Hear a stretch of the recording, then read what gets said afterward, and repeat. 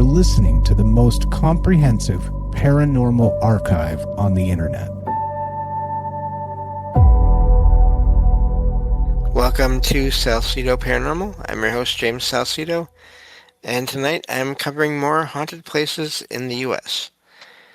As always, you can find all episodes of the show along with links to social media, ways to listen, and ways to support the show at the website, and that is salsidoparanormal.com. That's SALSIDO paranormal.com. Support is never expected but always appreciated, as there are expenses in making this show. And there are many ways to support the show. You can share the show with others and rate and review it on your favorite podcast platforms. You can sign up for the Patreon feed and get all the extra content there for as little as $1 a month. And you can also check out the merchandise store and get items, shirts and a few other items with designs made by friends of the show. And you can also make donations through PayPal. And please follow friends of the show. That would be Jen, the Arcane Observer, who has her own channel and is the co-host of this show on Saturdays whenever she's able to join me. And we actually just recently did a show over on Troubled Minds Radio, which I'll be talking about here in a moment.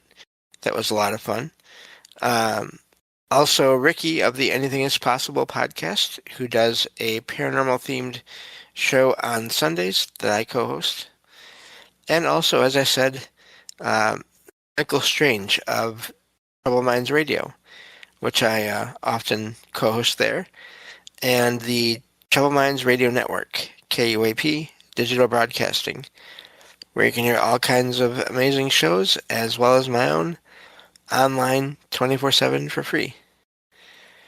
So, how these shows here work, these haunted places shows, is I get a list of locations in each state, and I do some research. I find some links, put a couple links in every episode description for each location, and so you can check out things on your own.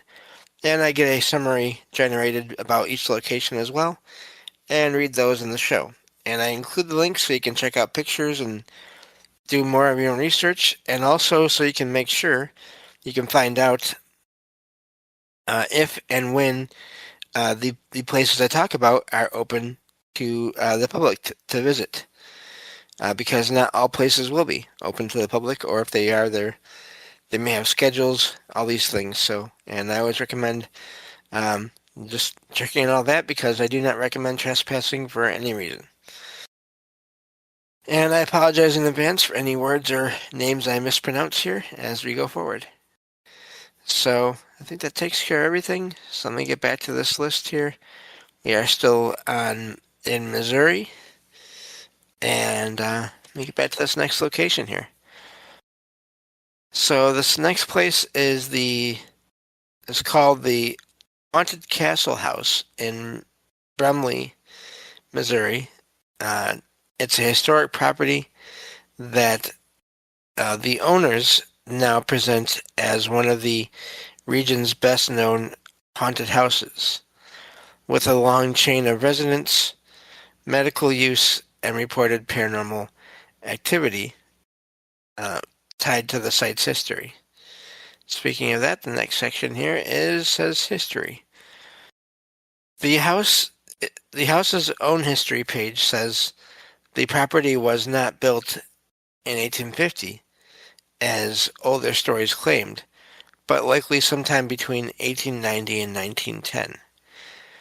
It also says the land's recorded ownership begins in 1812 and then passes through a series of people, including Reverend Jacob Shaw McComb, Dr. John L. Connor, John Clark Martin, Clifford J. Thompson, James Thompson, Joseph McWilliams, Clyde Fred Pemberton, Charles Short, Dr. Walter T. Dixon, Dr. Myron Jones, Charles Bass, and later private owners before the current owners, Dr. Steve and Judy Skinner. Why people call it haunted. According to the house's own history, the property has a tragic background that includes deaths in the house, at least 5 owners who died there or were closely tied to it, and several children associated with the land. The site also says there are 2 reported graveyards in the backyard, one described as a pioneer graveyard and the other a mass grave, plus nearby historical events such as a Civil War camp, a Native American site called Bone Cave, and a 1971 murder site nearby. Reported activity. The attractions listing says paranormal activity reported there includes cold spots, footsteps, lights turning on and off, whistling, whispering, and ghostly photos. The owners also say they have collected photos, videos, and EVPs, and they offer tours, ghost hunts, and overnight investigations centered on these experiences. So this is, it's sort of a modern, almost like a new version of a haunted house attraction. The old version being the one where all the scary things were all made by living people.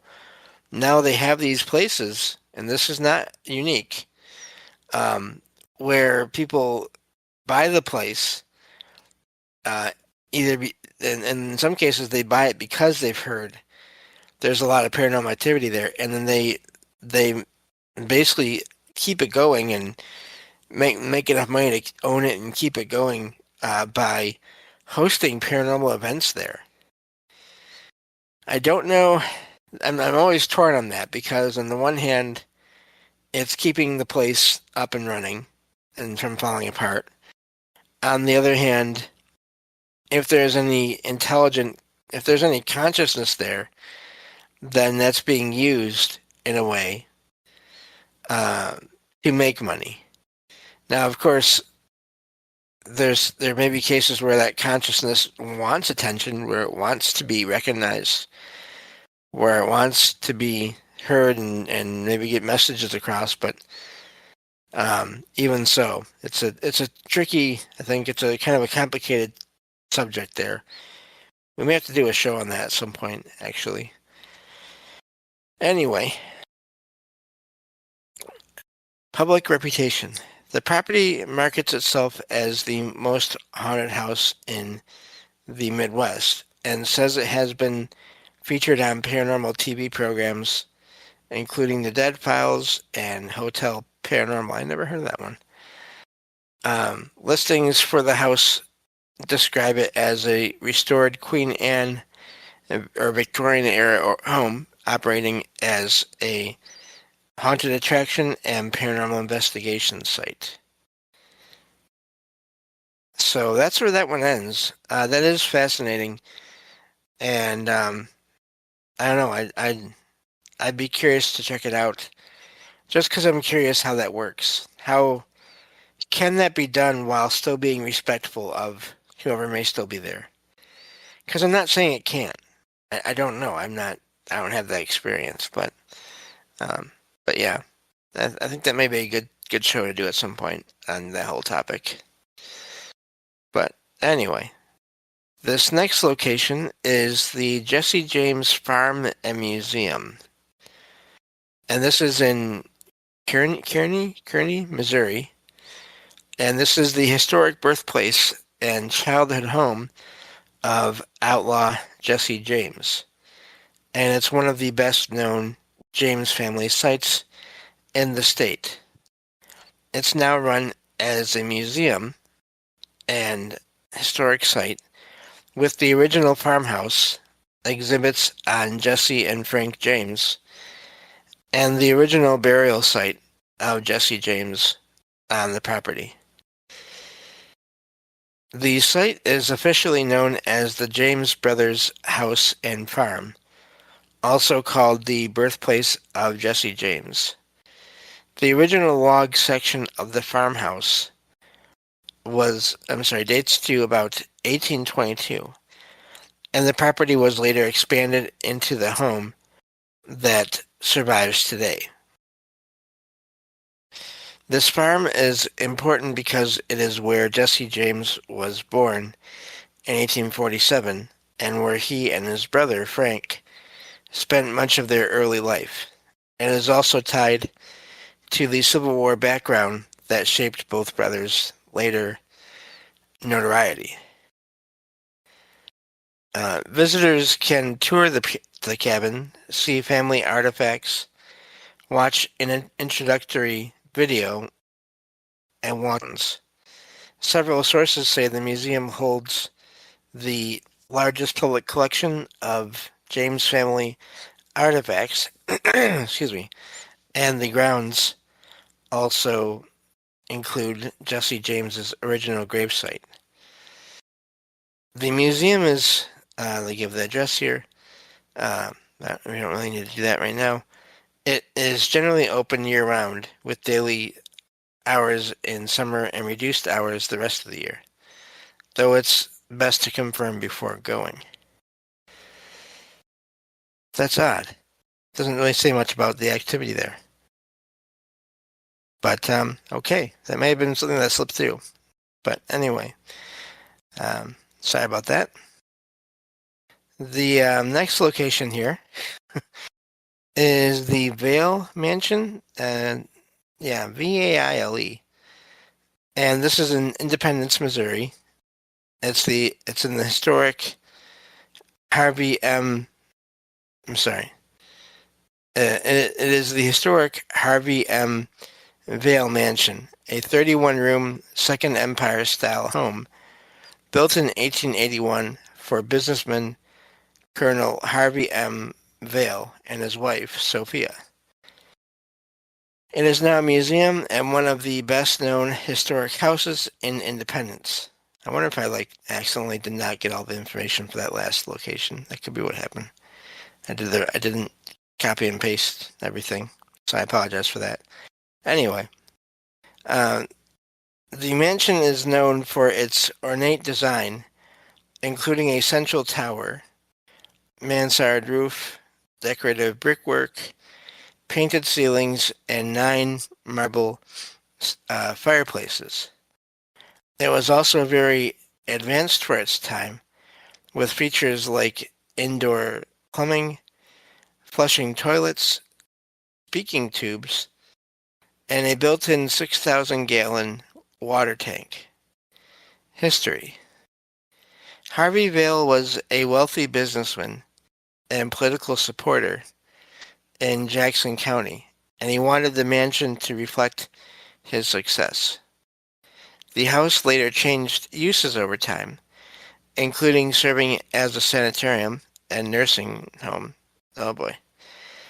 Before being saved from demolition and eventually preserved by the City of Independence.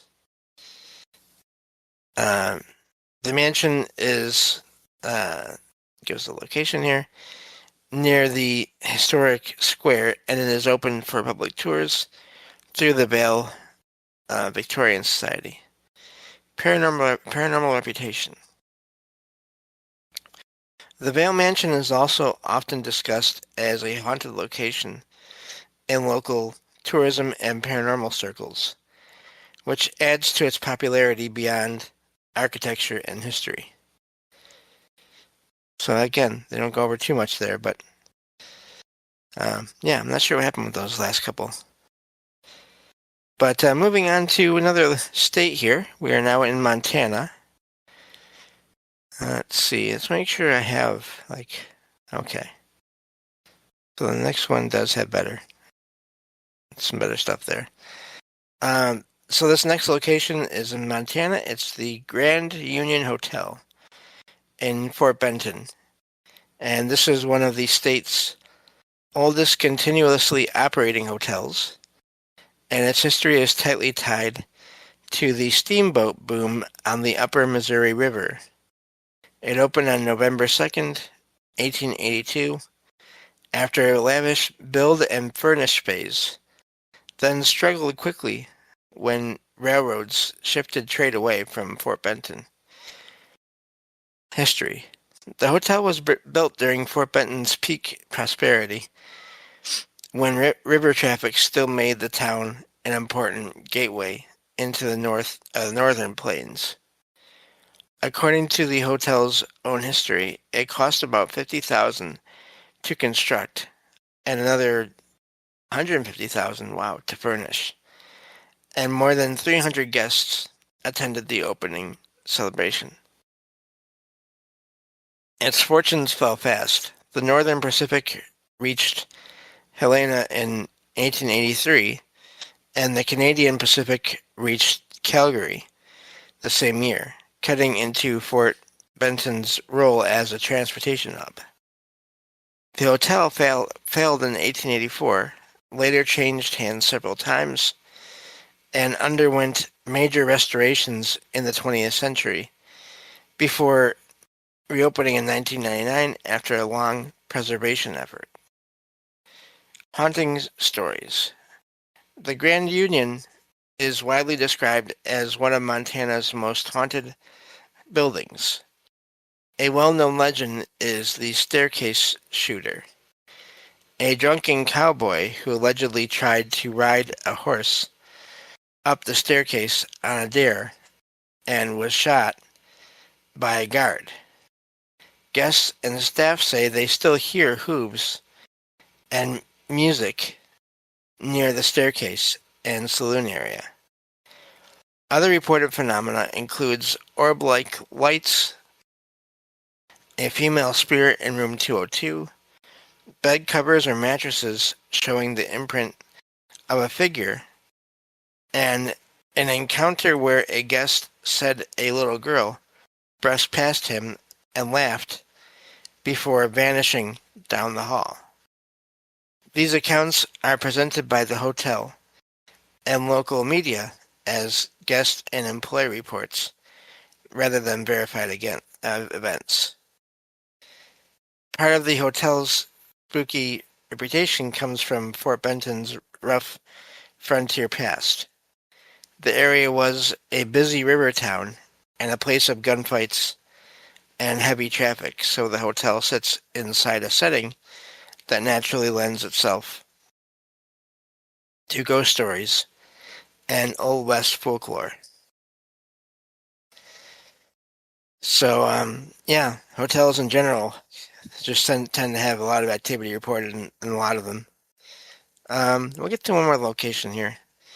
The next one here is the Montana Territorial Prison in Deer Lodge.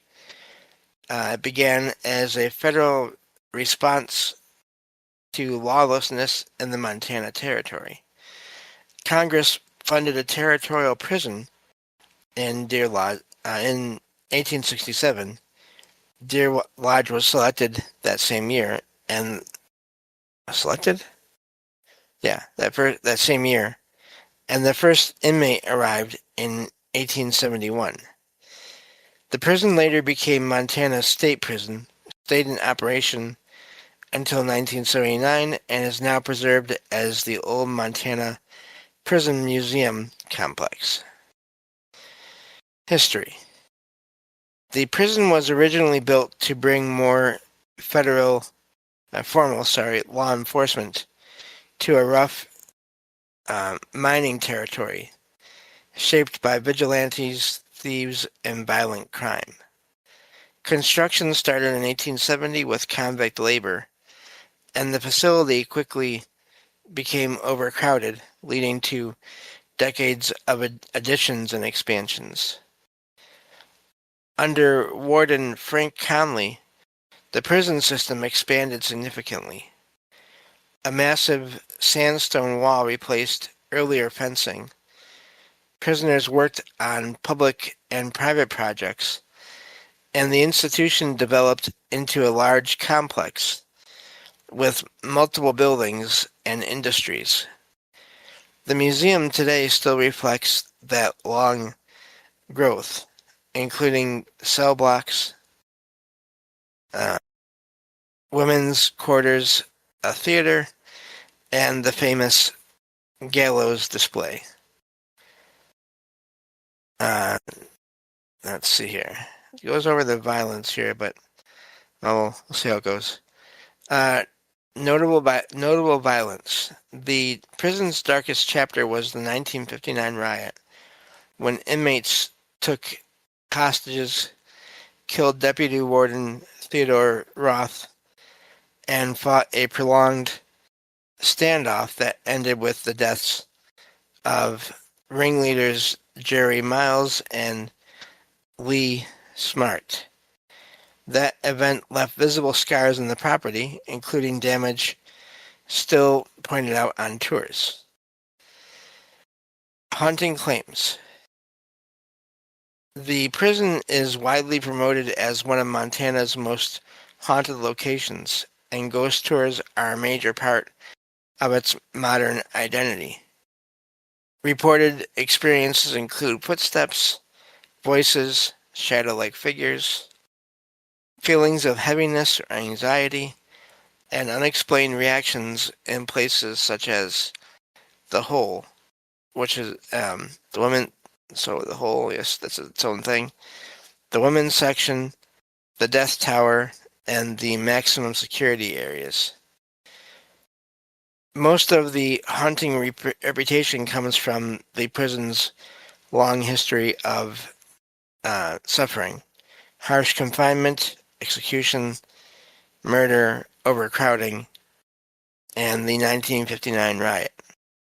Even skeptical visitors often say the building's atmosphere is intense because the physical space still preserves so much of that history. So that's where that one ends. I think we'll end with that there. It's amazing how similar some of these places sound to each other in the events and then the paranormal activity. For instance, hotels, like I said, so often there's some kind of events there, tragedies that happen there, and then there's paranormal activity reported there. Of course, prisons, so much tragedy and violence and all that, and then so much reports after of paranormal activity. I mean, tonight in recording here, this is the second episode I recorded, and this is the second prison I talked about, and a lot of the activity seems to be similar. And again, hotels, same thing, hospitals, these places where you have people coming and going and staying for any length of time, all these emotions that you have. In hotels, of course, it's all different things. Prisons, it's more kind of some of the same things. But all these people sort of going through all the things they're going through to be there for whatever reason they're there. And you have this over and over and over again, hundreds or thousands of people over decades. Doesn't surprise me that so many of these places, medical facilities as well, have reports of activity in so many of them. So, I don't know, it's just, I think these places show up again and again in these kinds of lists or these kinds of searches for reasons. And even when people don't know about the history, there's still people that have experiences in them. But that's all the time we have for this episode. Thank you all for listening, and I will talk to you all next time on Salsido Paranormal. Take care.